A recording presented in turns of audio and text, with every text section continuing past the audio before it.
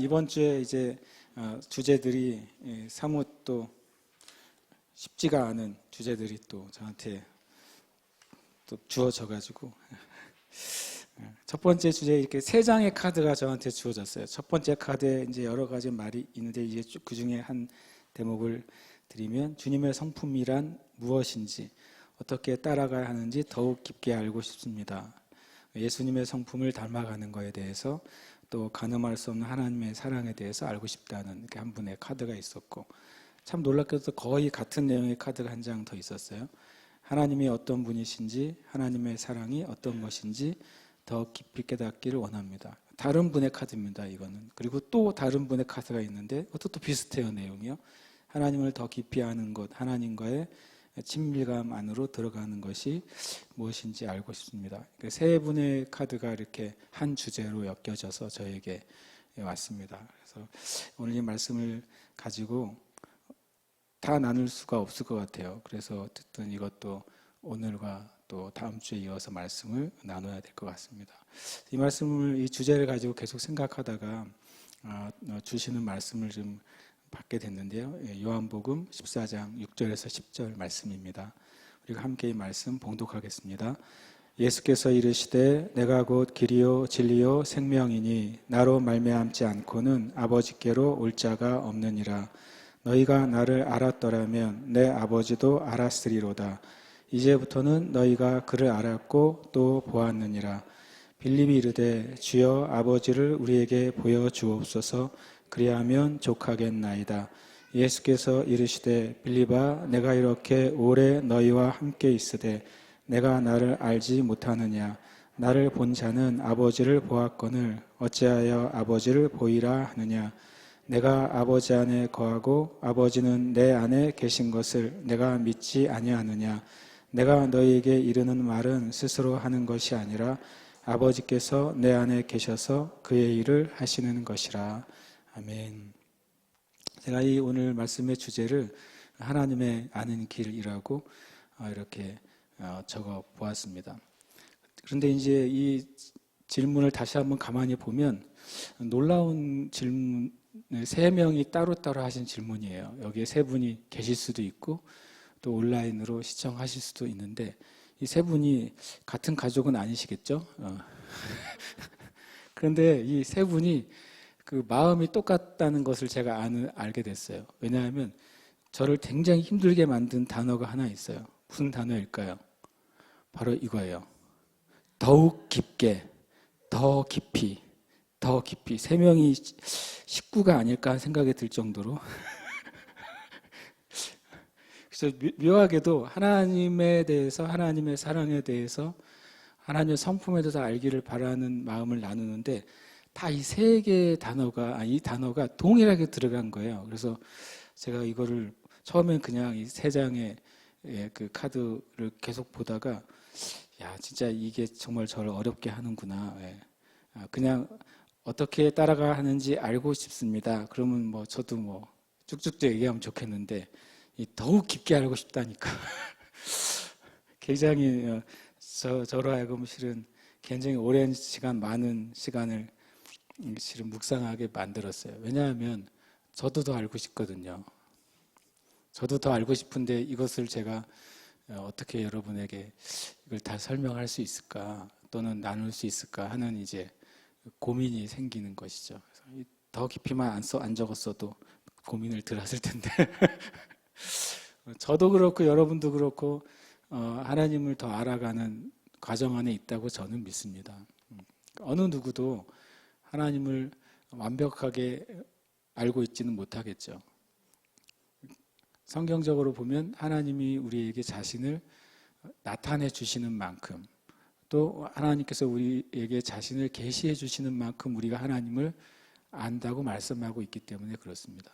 그런데 또 하나님은 우리에게 하나님 자신을 충분히 계시하고 계시고 충분히 알려주겠다고 또 말씀하셨어요. 그러니까 우리가 생각하는 나는 완벽히 알고 싶어요. 이 차원이 아니라 하나님이 우리가 우리의 인생을 살아가는 동안에 그리고 또 신앙의 삶에 알아야 할 만큼 충분히 하나님이 어떤 분이신지를 계시해 주셨고 또 알도록 우리를 이끄시기 때문에 우리가 우리 스스로 하나님을 얼마나 아는 것에 대한 한계를 정하지 않아야 되겠죠. 다만 주님을 따라갈 때 우리의 삶에 정말 필요한 만큼, 충분한 만큼 우리가 하나님을 알게 될 겁니다. 제가 이 문장의 질문을 계속 보면서 이런 관심을 갖게 됐어요. 하나님과의 친밀함을 정말 구하는 우리의 이유가 뭘까 하는 생각을 갖게 됐어요. 하나님의 친밀함이라는 표현을 할 때 또 누가 어떤 간증이나 또는 나눔이나 고백 가운데 내가 주님을 너무너무 깊이 경험했어요. 주님을 정말 깊이 만났어요. 라는 고백을 들을 때 일단 모든 어떤 바른 그리스도인들이라면 이런 생각이 들죠. 부럽다는 생각이 들겠죠. 하나님을 저분처럼 나도 알았으면 좋겠다는 부럽다는 생각이 일차적으로 들 것입니다. 그러면 우리도 나도 저 간증자처럼 저 말씀을 전하는 분처럼 하나님을 더 깊이 경험하고 알았으면 좋겠다라는 생각을 갖습니다. 그런데 한편으로는 우리가 왜 그것을 구할까 하는 거예요. 저도 스스로 많이 생각해 봤어요. 한 주간 동안. 하나님과 친밀감을 구하는 진짜 이유가 뭘까? 우리의 마음의 동기가 뭘까? 마치 그것이 내가 경험해 보지 못한 어떤 영적인 경험이기 때문인 거죠. 그리고 마치 또 세상적인 표현을 하면은 지금까지 내가 경험해 보지 못한 특별한 느낌, 특별한 기분, 어떤 황홀한 어떤 영적인 상태. 그리고 또 한편으로는 내가 정말 내 인생을 살아가는데 이러저러한 문제가 있고 걱정거리가 있고 환경이 많은데 내가 하나님을 깊이 만나면 주님과 깊은 친밀함이라 하는 것 가운데 내가 들어가면 내 안에 있는 걱정과 근심으로부터 벗어날 수 있을 것 같기 때문에 그래서 내가 지금 걱정하는 영역으로부터 완전히 벗어나서 아무 걱정 없는 상태에 내가 살아갈 수 있을 것 같으니까 하나님을 더 깊이 만나고 하나님과의 친밀감을 구한다면 그것은 이제 성경에서 말씀하시는 목적은 아닐 겁니다. 만약에 우리가 현실을 그냥 초월해서 현실이 없는 것처럼 인생을 살아가거나 아니면 다른 이런저런 데서 얻을 수 없는 어떤 영적인 놀라운 기쁨이나 어떤 느낌을 얻기 위한 거라면 마치 종교에 대해서 비판할 때 종교는 아편과 같다고 말하는 비판에 합당한 그런 방식으로 우리가 하나님과의 친밀감이나 하나님의 은혜를 구하는 것일지 모르겠습니다. 마치 우리가 그동안 못 먹어보던 어떤 맛있는 음식이 어디에 있다. 그러면 우리가 나도 그거 한번 먹어봤으면 그래서 그 맛이 어떨까? 그런 소원을 갖잖아요. 그것처럼 마치 하나님을 경험하고 하나님과 친밀해지고 하나님의 사랑을 깨닫는 것이 내가 아직 경험하지 못한 어떤 것을 그냥 맛보고 싶은 그런 무심코 생기는 그런 느낌이라면 우리는 하나님을 경험하는 것에 대해서 다시 생각해 봐야 돼요. 내 영적인 어떤 만족을 위한 하나님과의 하나됨, 또 내 영적인 만족을 위한 하나님의 임재를 원하는 거라면 좀 더 심하게 말하면 내 현실의 상황을 도피하고 싶은 마음에서 오는 하나님과의 친밀감이나 하나님의 임재나 하나됨이라면 그것은 성경에서 말씀하시는 하나님과의 친밀감도 아니고 성경에서 말씀하시는 하나님과의 하나됨도 아닌 것이고 또 성경에서 말씀하신 하나님의 성품을 맛보는 것도 아닙니다. 오히려 참된 영성과 신앙의 열매는 현실의 도피나 현실을 초월하는 게 아니라 오히려 우리가 처한 현실을 바르게 살아가고 또 극복하는 삶을 주는 게 오히려 진짜 신앙의 힘이기 때문에 그렇습니다. 그러니까 저와 여러분이 하나님과 친밀함을 가지면 가질수록 하나님의 사랑을 알면 알수록 주님의 임재를 경험하면 경험할수록 실제로 우리의 현실의 삶을 더 잘 살아야 되는 거예요. 현실을 도피하거나 현실과 동떨어진 말과 행동을 하는 것이 주님의 임재나 주님과의 친밀감의 열매가 아니라 오히려 내가 하나님을 알면 알수록 하나님의 사랑을 경험하면 경험할수록 주님의 임재라는 것을 내가 계속 느끼면 느낄수록 오히려 나의 실제 삶이 더 풍성해져야 되고 나의 실제의 관계가 더 놀랍게 변화돼야 그것이 진짜 하나님 만난 열매가 되는 것입니다. 왜냐하면 하나님이 우리에게 주시는 그 임재와 친밀감과 또 은혜는 우리가 이 땅을 살기 위해서 주시는 것이거든요. 그래서 저와 여러분이 첫 번째 내가 하나님을 알아가는 것, 또 하나님의 임재를 맛보는 것, 하나님의 사랑을 깊이 아는 것의 그 목적이나 동기가 바로 우리의 삶이어야 돼요. 삶의 변화, 삶의 회복, 삶의 열매가 나타나는 것이 바로 하나님과의 만남의 열매라는 사실을 먼저 우리가 그걸 마음에 두고서 내가 하나님을 더 알기를 바란다고 이제 고백해야 될 것입니다. 이 요한복음 6장 57절은 굉장히 중요한 동기가 됩니다. 우리가 하나님을 알아가는 것, 하나님과 동행하는 것, 하나님의 성품을 알고 하나님 임재 가운데 사는 것에 대해서 주님이 하신 중요한 말씀이에요. 예수님 이런 말씀을 하십니다. 살아계신 아버지께서 나를 보내심에 내가 아버지로 말미암아 사는 것 같이 나를 먹는 그 사람도 나로 말미암아 살리라. 굉장히 재미있는 표현이죠. 나를 먹는 그 사람도 나로 말미암아 살리라. 첫 번째 예수님께서 말씀하시기를 살아계신 아버지께서 나를 보내셨다고 말씀하고 있어요. 하나님은 정말 살아계신 분이에요. 여러분이 마음에 이렇게 손을 얹고 가만히 생각해 보세요. 하나님이 정말 생생하게 살아계시고 존재하신 분으로 느껴지는지. 저는 이 느낌이 우리의 마음의 느낌, 또 영의 느낌이 너무 중요하다는 것을 많이 깨달아요. 하나님이 정말 실제하시고 존재하신 분이라는 것에 대한 내 영의 확신이 생기기 시작하면 그 다음에 말씀이 하나님의 살아있는 말씀이 되는 거죠. 하나님이 정말 살아계시다고 하는 것이 더 많이 느껴지면 그러면 우리가 드리는 찬양의 대상이 명확하게 생기는 거예요. 내가 그냥 나의 기분을 전환하기 위해서 부르는 그런 가요 같은 노래가 아닌 것이고 내 상황을 좀 벗어나고 싶어하는 그런 노래가 아니라 그 살아계신 하나님 앞에 내 마음을 고백하고 그 살아계신 하나님을 찬양하고 높여드리는 노래가 되는 거예요. 그리고 기도도 마찬가지죠. 하나님이 살아계시다는 게 명확해질수록 내 기도가 응답될 수 있다는 것이 더 명확해지는 거예요. 저와 여러분에게 하나님이 살아계신 분이고 그분이 나의 영적인 아버지라는 사실이 여러분에게 더욱 또 깊어지고 믿어지시기를 축복합니다.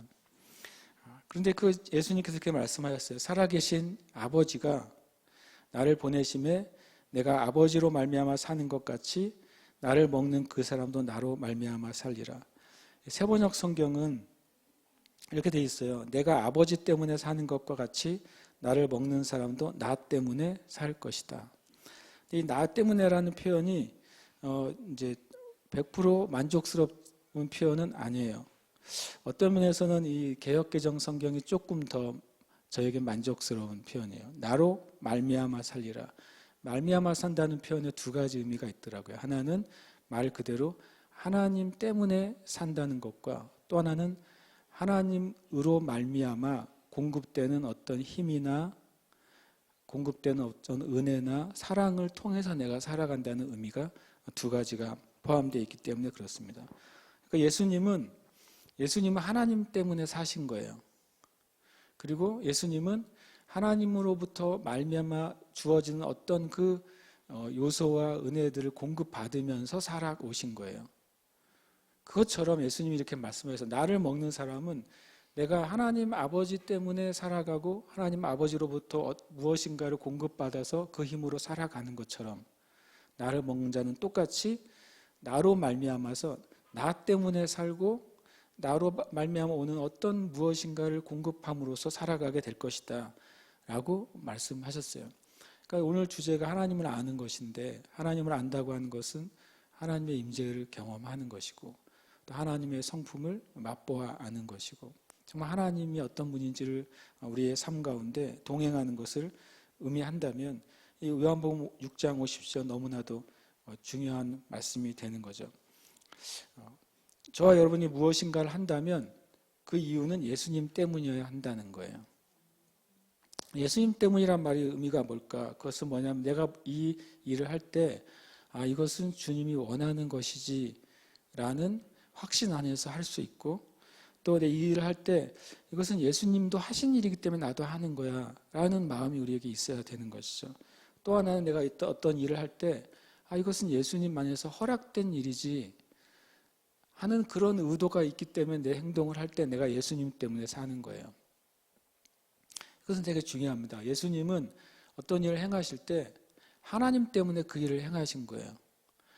예수님이 어떤 병자를 고치실 때 그 하나님 때문에 하셨어요. 왜냐하면 하나님이 그걸 기뻐하시기 때문이었어요.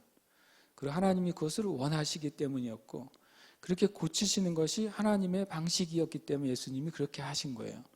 만약에 예수님께서 누군가를 고치려고 하시는데 예수님 안에 충만하게 거하신 성령께서 지금 그때가 아니라고 만약에 하나님 말씀하셨다면 주님은 그것을 멈추셨을 거예요. 그런데 하나님의 뜻은 항상 병든 자와 약한 자들을 치유하시는 것이 하나님의 기본적인 뜻이에요. 그래서 하나님은 그 일을 행하신 것이죠.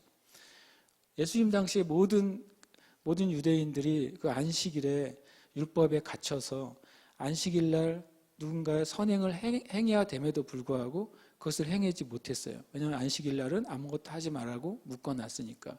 그러나 예수님은 안식일 날 생명을 살리는 것이 하나님의 뜻이라는 것을 아셨어요. 그래서 사람들이 예수님이 안식일을 범한다고 욕을 하거나 이를 갈거나 심지어 예수님을 죽이려고 할지라도 예수님은 하나님이 그것을 원하는 것이기 때문에 안식일 날 병자들을 고쳐주신 거예요. 저 여러분의 살아가는 방식이 그런 방식으로 예수님 때문이어야 되는 거예요. 만약에 학생들이 내가 공부를 해야 된다면 예수님이 나에게 이 시간 이때에 공부하도록 허락해 주신 시간이기 때문에 공부해야 되는 거죠. 그것은 굉장히 중요한 동기가 되고, 주님 때문에 글을 시작할 때 어떤 일이 발생하냐면 주님으로부터 오는 공급을 받게 돼요. 내가 주님 때문에 그 일을 하지 않는데 하나님이 예수 그리스도를 통해 우리에게 무엇인가를 줄 것이라고 어떻게 기대할 수 있겠어요? 내가 하려고 하는 일이, 내가 하는 행동이 바로 예수님이 원하시고 예수님이 기뻐하시고 예수님의 방식일 때 예수님으로부터 지혜나 능력이나 보호나 도우심이나 공급을 기대할 수 있는 거예요. 내 삶이, 내가 지금 하는 행동이, 내가 하려고 하는 목적이 예수님 때문에 하는 것이 아니라면 저와 여러분이 기도하는 것이 실은 응답될 가능성이 얼마나 있겠어요. 우리가 우리의 삶을 예수님 때문에 또 예수님이 원하시는 것으로 내 삶의 방향을 조정해야 돼요. 그렇게 되면 그분으로부터 오는 공급을 얼마든지 그리고 항상 기대할 수 있는 거죠. 예수님께서 이렇게 하나님 아버지와 관계를 그렇게 사셨고, 그리고 우리도 그렇게 살라고 말씀하셨어요. 근데 주님이 나를 먹는 사람이 그렇게 살 거라고 말씀하셨어요. 나를 먹는다는 표현이 엄청 놀라운 표현이죠. 실제로 초대교회 때 로마의 정권이 그리스도인들을 핍박할 때 이 말을 가지고 핍박을 했어요. 이 기독교인들이라는 사람은 인육을 먹는 사람들이구나. 실제로 그래서 이런 소문을 퍼뜨렸습니다. 어린 아이들이 사라지면, 만약에 어린 아이들이 실종되거나 없어지면 저거는 기독교인들이 쟤네들이 예배 끝난 다음에 인육을 먹기 위해서, 피를 마시기 위해서 어린 아이들을 유괴했다.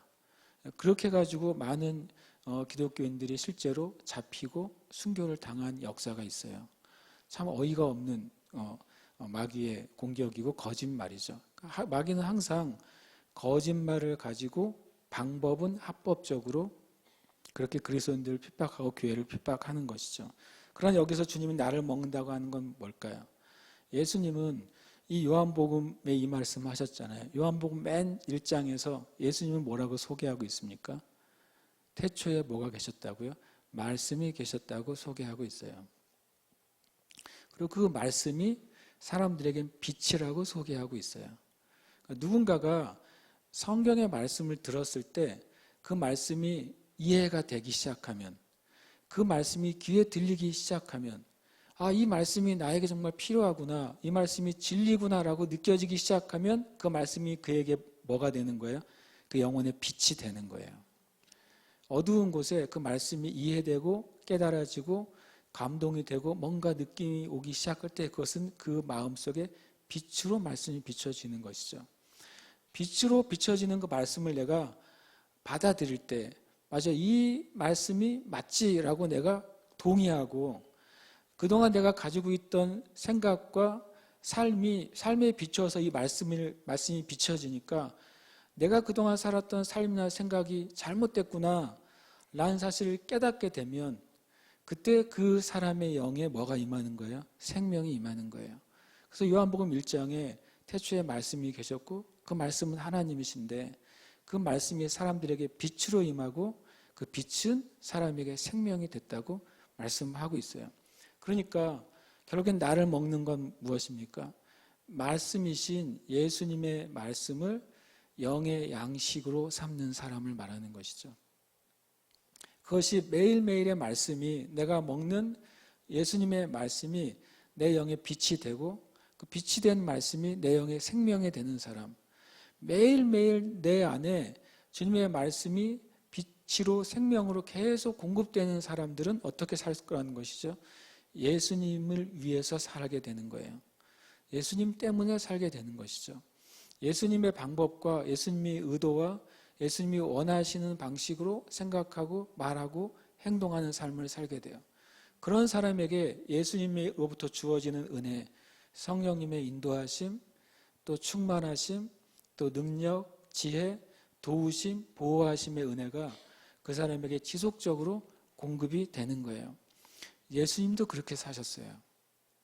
예수님도 이 비밀을 아셨기 때문에 밤이 맞도록 기도하실 수밖에 없으셨던 것이죠. 끊임없이 예수님을 적대시하는 수많은 상황 가운데서 예수님은 끊임없이 하나님이 원하신 것을 하셔야 됐어요. 예수님이 말씀을 하실수록 만약에 대적자가 늘어난다면, 설교를 하면 할수록 사람들의 비판이 늘어난다면 누가 설교하고 싶겠어요? 하나님 하라고 하는 일을 하면 할수록 자기를 죽이려고 하는 사람들이 늘어난다면 누가 그 일을 하고 싶겠어요? 그래서 예수님은 그 하나님 아버지로부터 끊임없이 생명의 그 능력을 받으셔야만 됐어요. 왜냐하면 성육신하신 주님은 우리와 똑같은 연약함을 가지고 오셨기 때문에, 그래서 주님은 하나님 아버지와 만나는 시간을 그의 삶 가운데 절대로 우선순위에서 그 다음 순위로 넘기실 수가 없는 것이죠. 우리도 그렇게 살아가면 또 주님으로부터 오는 그 끊임없는 공급 안에서 살 수 있는 것입니다. 아멘이십니까? 제가 오늘 주보에 있는 내용에 1번도 못 들어갈 것 같은 생각을 갖고서 제가 이 자리에 섰어요. 그래서 오늘은 좀 짧고 깔끔하게 끝날 수도 있겠죠. 그런데 이제 주님의 말씀이 되게 놀라웠어요. 왜냐면 딱 이번 주에 금요일 날 이 주제에 대한 말씀이 믿음의 양식에 있었고요. 그리고 제가 이번 주에 읽기 시작한 책이 한 권이 있는데 그것이 앤드류 머레이 목사님 또는 선교사님의 예수님을 깊이 경험하라는 책이에요. 저는 여러분에게 권해드리고 싶은 고전이 있다면 앤드류 머레이 선교사님의 글을 꼭 권해드리고 싶어요. 사람들이 읽지 않는 책이에요. 그런데 그만큼 깊이 있는 책이 또 드물어요. 정말 우리가 이 시대에 고전을 읽지 않는 시대가 됐죠. 최고의 고전은 성경이죠. 모든 세대, 모든 사람, 모든 영혼에게 생명을 주는 책이에요. 그 책으로부터 뽑은 은혜들이 우리에게 전달되는 또 고전들이 있어요. 앤드류 머레이의 글은 그런 글들이에요. 예수님을 깊이 경험하라는 책에 저는 이 말씀을 보고서 오늘 내가 메시지해야 될 내용에 서론이 되겠다라는 생각을 갖게 됐어요. 마가복음 1장 7절에 이런 말씀이 있어요. 예수께서 이르시되 나를 따라오라 내가 너희로 사람을 낚는 어부가 되게 하리라. 이것은 예수님께서 사역을 처음 시작하셨을 때 마가복음에서는 제자들을 부르시기 시작했다고 말씀하세요. 거기에 대한 주님의 메시지는 나를 따라오라 이거예요. 그래서 우리는 예수님 믿는다고 하는 걸 생각할 때 이 말이 제일 먼저 우리 안에 들려오는 메시지가 되는 거죠. 주님이 우리를 어떻게 하는 것이죠? 부르시고 계시는 거예요. 그러면 그 다음에 말이 뭡니까? 내가 너희로 사람을 낚는 어부가 되게 하리라. 우리가 주님의 부르심에 100% 우리를 맡기지 못하는 이유가 뭐 때문이냐면요. 뒷말 때문이에요. 나는 굳이 사람을 낚는 어부가 되고 싶지는 않거든요. 마치 나를 따르라 이 말에 응답하면 다 목회자가 돼야 될 것 같은 내용인 거예요. 마치 이 나를 따르라는 말에 주님께 내가 예스하는 순간 이거 뭔가 포기해야 되는데 라고 하는 계산이 우리의 마음에서 돌아가기 때문에 우리가 주님을 믿지만 주님을 따라가라는 말에 온전히 예스하기가 쉽지 않아요. 그리고 말씀 읽다 보면 그 뒤에 뭐라고 되어 있는지 아시죠? 이 사건이 있은 이후에 모든 것을 버리고 예수를 쫓았더라 이런 말씀이 반복되기 때문에 그 모든 것을 버리는 것 그리고 내 삶을 다 포기하는 것 그것이 주님을 따라가는 삶의 끝이고 열매처럼 여겨지거든요. 예수님이 사역을 시작하실 때 계속 사람들 향해서 선포하시고 말씀하신 부르심이에요. 나를 따라오라. 그런데 주님의 사역은 마치실 즈음에 하신 설교에서는 뭐라고 말씀하거냐면 이렇게 말씀하고 있어요. 내 안에 거하라 나도 너희 안에 거하리라. 가지가 포도나무에 붙어있지 아니하면 스스로 열매를 맺을 수 없음 같이 너희도 내 안에 있지 아니하면 그러하리라. 예수님의 첫 메시지는 우리들을 향한 첫 메시지는 나를 따르라 였어요. 그러나 주님의 마지막 메시지는 내 안에 거하라 라는 메시지였어요. 이 두 가지는 다른 메시지가 아니라 한 메시지예요. 우리가 왜 주님을 따라야 되냐면 주님 안에 거하기 위해서 주님을 따라야 되는 거예요. 우리가 어떤 주님을 위한 사역을 하든 봉사를 하든 섬김을 하든 인생을 살든 그것은 주님을 따라가는 삶인데 주님을 따라가는 삶의 목적은 엄청 훌륭한 사역을 완수하는 게 아니에요. 심지어는 그 사역을 완수하는 목적도 그 사역이 아니에요. 저와 여러분이 주님의 일을 하고 성전을 건축하고 열방에 우리 교회 기도센터를 세우고 또 예배자들이 세워지고 중보자들이 세워지고 또 영혼들을 구원하는 사역을 할 때에도 주님은 우리 한 사람 한 사람을 향한 목적은 뭐예요? 너희가 나를 따라와서 내 안에 거하는 삶을 경험하라고 말씀하시는 거죠. 주님의 부르심은 일을 시키기 위한 부르심이 아니다. 주님의 부르심은 나의 삶에 무엇인가를 요구하시는 부르심이 1차적으로 아니에요. 주님의 부르심은 우리가 주님과 함께 거하는 삶을 배우기 위해서 우리를 부르고 계신 거예요. 우리가 주님 안에 거하지 않으면 필연적으로 어디에 거하게 됩니까? 세상 안에 거하기 때문에 그렇습니다.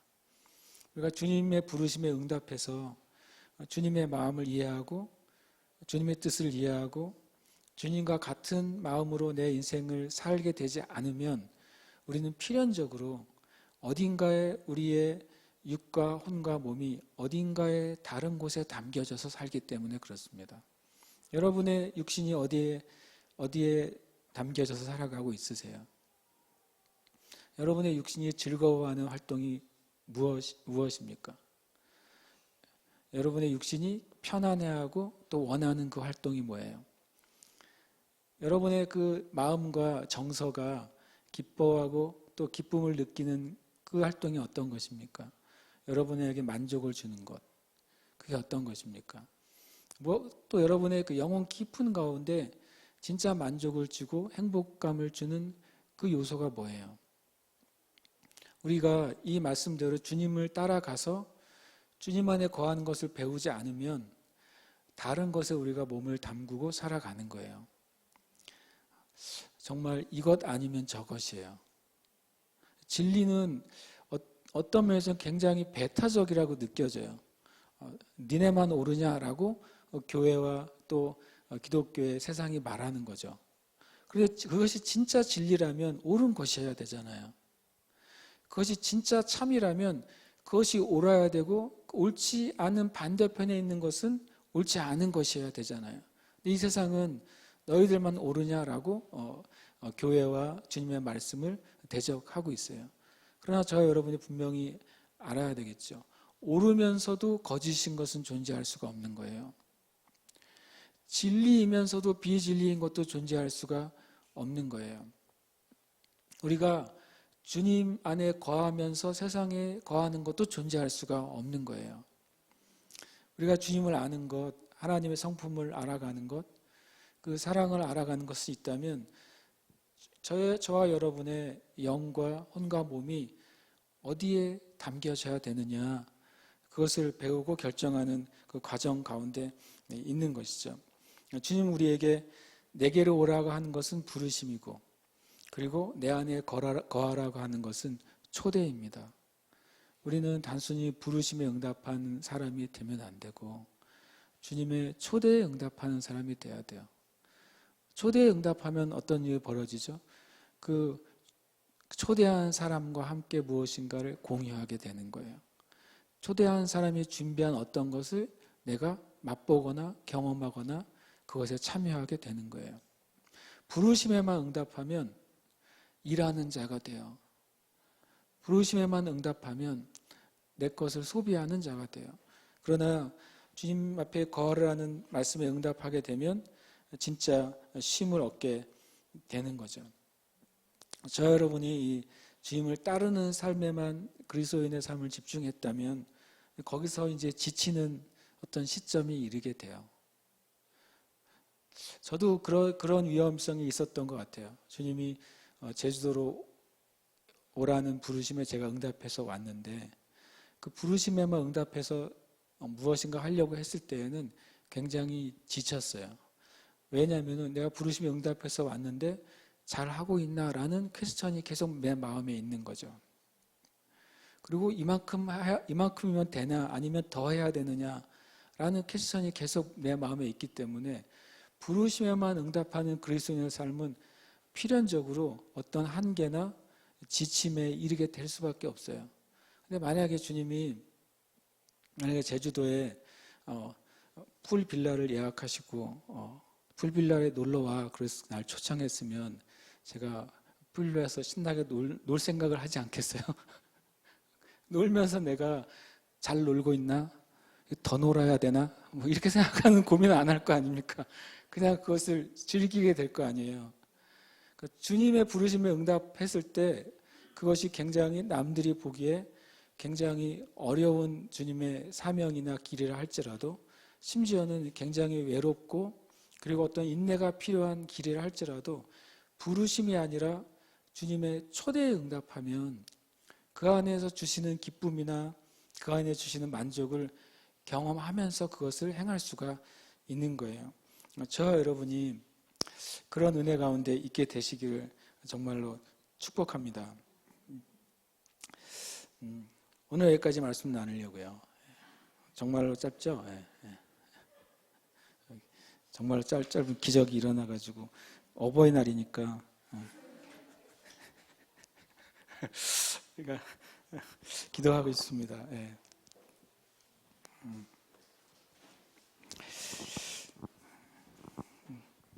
저는 이 주제가 참 저한테 너무나 큰 도전이 됐어요. 내가 우리 성도들에게 형제 자매들에게 여러분 이렇게 하면 임재로 들어갑니다. 이렇게 하면 이것이 주님의 진정한 사랑입니다. 이것이 주님의 성품이요라고 아주 무엇인가를 멋있는 강의를 준비해서 하듯이 말할 수도 있었겠죠. 근데 오히려 이 주제는 저에게도 제 안에 있는 갈망이라는 사실을 또 깨닫게 된 것이죠. 그런데 내 갈망이 무엇을 위해서 또 정말 내가 갈망이 원하는 그 자리가 무엇인지도 다시 주님께서 생각하게 하셨어요. 그래서 저도 주님 앞에 더 나아가고 또 더 나아가서 주님 것들을 계속 좀 나누고 싶어요. 그러나 이것은 저에게만 내어진 숙제가 아니라 우리 모두에게 주신 그 주님의 초대장이라고 저는 믿어요. 우리가 이 시간 기도할 때 주님 말 그대로 저는 주님의 부르심에 응답하는 삶을 살고 싶습니다. 말 그대로 저는 주님의 그 초대에 응답해서 주님과 함께 먹고 마시는 그 은혜의 자리에 있고 싶습니다. 예수님께서 하나님 때문에 하나님으로부터 공급되는 그 어떤 것으로 이 땅을 살아가신 것처럼 저도 예수님 때문에 예수님으로부터 공급되는 그것으로 제 삶을 살고 싶습니다. 우리가 주님께 간절히 주님께 간구하길 원합니다. 함께 기도하겠습니다. 하나님 아버지 제 안에 영혼에 있는 깊숙한 갈망이 주님 안에서 거하는 것입니다. 모든 그리스도인의 거듭난 그리스도인의 심령 안에 있는 깊은 갈망은 하나님을 만나는 것입니다. 거룩하신 주님, 이 시간 교회와 모든 형제들의 심령 가운데 임재하셔서 하나님을 알아가는 것에 대한 기쁨을 주님 갖게 하여 주시옵소서. 하나님의 마음을 알아가는 그 즐거운 여행에 주님 앞에 예수라고 말하는 은혜가 있게 해 주시옵소서. 하나님의 마음, 하나님의 생각, 하나님의 뜻이 무엇인지를 깨닫고 그 안에 거하는 삶을 살게 하여 주십시오. 주님 구하오니 우리 가운데 그 은혜가 더 깊어지도록 주님 축복해 주시옵소서. 주님 축복해 주시옵소서. 축복해 주시옵소서. 축복해 주시옵소서. 축복해 주시옵소서. 할렐루야. 오 주님 예스코라바라비라라 시레리아바라바스. 할렐루야 바라리 시레라바라바라바라바라바. 오라바라바라라 시레라바라바라바라바라바. 오라바라 예스라바라바라바라바라바.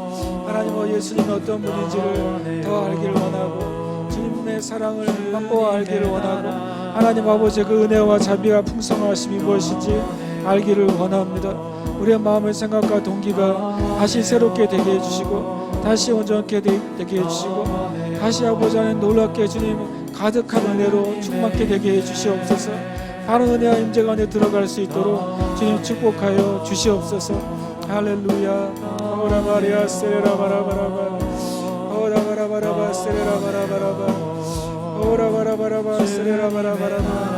할렐루야. 할렐루야. 바로 세레라바라바라바라바스.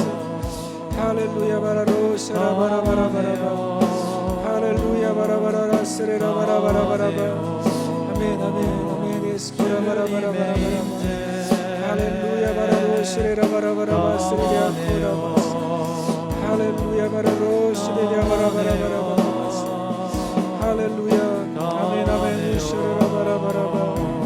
아멘 아멘. 우셔라바라카바라바라바라바. 아멘 아멘.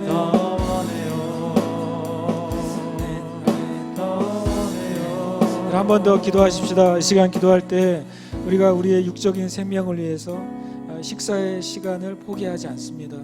우리가 육적인 생명을 유지하고 또 육신의 그 즐거움을 위해서 그 먹는 시간과 식사의 시간을 포기하지 않고 중요하게 여깁니다. 그런데 우리가 우리의 영적 생명을 위해서는 주님을 먹는 그것을 우리의 삶에서 두 번째, 세 번째, 네 번째 순위로 밀려가고 있습니다.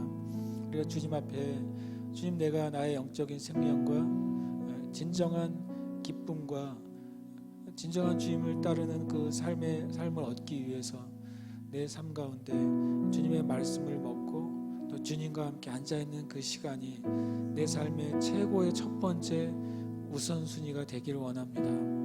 우리가 그렇게 되지 않고서는 하나님을 알아가는 것을 진짜 배울 수가 없는 것입니다. 우리가 주님을 만나는 시간이 내 삶의 최고 상위의 시간이 되지 않고서는 내가 주님의 사랑을 맛볼 수가 없고 주님의 힘을 입어서 살아갈 수 있는 수단이 없는 것입니다. 우리가 이 시간 주님 앞에 내 삶에 이 주님과 만나는 시간, 말씀을 먹는 시간, 말씀 안에 주님의 은혜를 알고 주님의 뜻을 아는 시간이 내 삶의 가장 중요한 우선순위, 행복한 시간이 되게 해 주시옵소서. 한 번 더 기도하겠습니다. 아버지 하나님, 주님과 만나는 시간이 하나님 육신의 양식을 주님 내 삶에 채우는 시간보다 더 가치 있는 시간이라는 사실을 알게 하여 주시옵소서. 하나님 우리의 삶 가운데 수많은 오락을 위해서 또는 무의미한 시간을 위해서 육신의 만족을 위해서 하나님 세상을 알기 위한 시간으로는 주님 우리가 끊임없이 흘려보내면서도 정작 하나님을 알아가는 시간에 대해서는 우리가 인색합니다.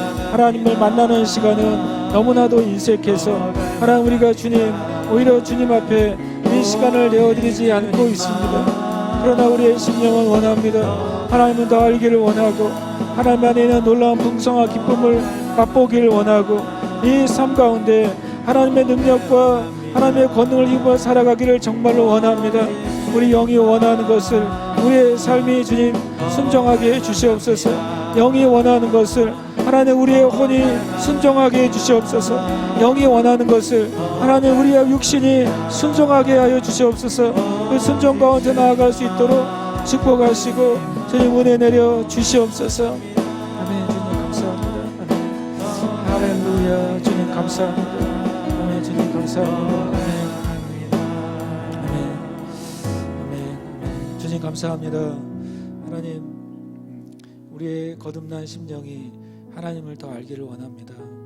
우리 거듭난 우리의 영이 하나님의 말씀을 더 찾고 원합니다. 하나님 우리의 육신과 우리의 혼이 그 영이 원하는 것에 순종하게 해 주시옵소서. 하나님 우리가 육신의 만족을 위해서 중요하지 않는 관심사를 위해서 때로는 시간을 그냥 허비하는 그런 수많은 시간들이 얼마나 많은지 우리 자신이 너무나도 잘 알고 있습니다. 그러나 정작 내 인생에 참된 기쁨과 소망과 행복을 주는 하나님과의 만남에 대해서는 우리가 너무나도 인색한 것을 고백합니다. 하나님 아버지, 우리 안에 주님을 만나는데 방해하는 그 모든 것이 결국엔 우상을 섬기는 것이요, 하나님과 떠나는 것이요, 또 진리를 버리는 것인 것을 깨닫게 하여 주시옵소서. 우리의 심령에 진정한 뉘우침이 있게 하시고 우리의 마음을 주님께로 돌이키는 진정한 회개와 회심의 은혜가 있게 해 주시옵소서. 하나님께서 우리에게 주신 그 인생의 시간 가운데 참으로 우리 인생 가운데 주신 참된 생명과 기쁨과 행복의 길을 잃어버리지 않도록 주의 온 교회와 성도들에게 은혜를 더해 주시고 하나님 이 시간들을 통해서 하나님 아버지의 마음과 그 사랑과 성품과 은혜를 경험하고 그 은혜 가운데 살아가는 삶 살아가도록 축복하여 주시옵소서. 또 시간 감사함으로 예물을 드릴 때 드리는 이의 손길마다 하나님 복되게 하시고 은혜 내려 주시옵소서. 정직한 11조를 드린 형제 자매들 가운데 주님 약속하신 것처럼 그의 삶 가운데 하나님의 것으로 풍성하게 채워 주시옵소서. 또 작정하여 드리는 예물마다 하나님 그 위에 갑절의 은혜를 부어 주시고 핍절한 것이 없도록 주님 부어 주시옵소서. 또 성전 건축을 위해서나 주님 선교를 위해서 드리는 예물 위에 복되게 하셔서 그것이 하나님 나라의 열매로 하나님 나라를 쌓는 놀라운 은혜로 보상하여 주시옵소서. 모든 형제자매들의 삶 가운데 하나님의 부유하심이 풀어지며 또 하나님의 긍휼과 자비가 풀어지는 은혜를 허락해 주시옵소서. 감사드리며 살아계신 예수님의 이름으로 기도합니다. 아멘.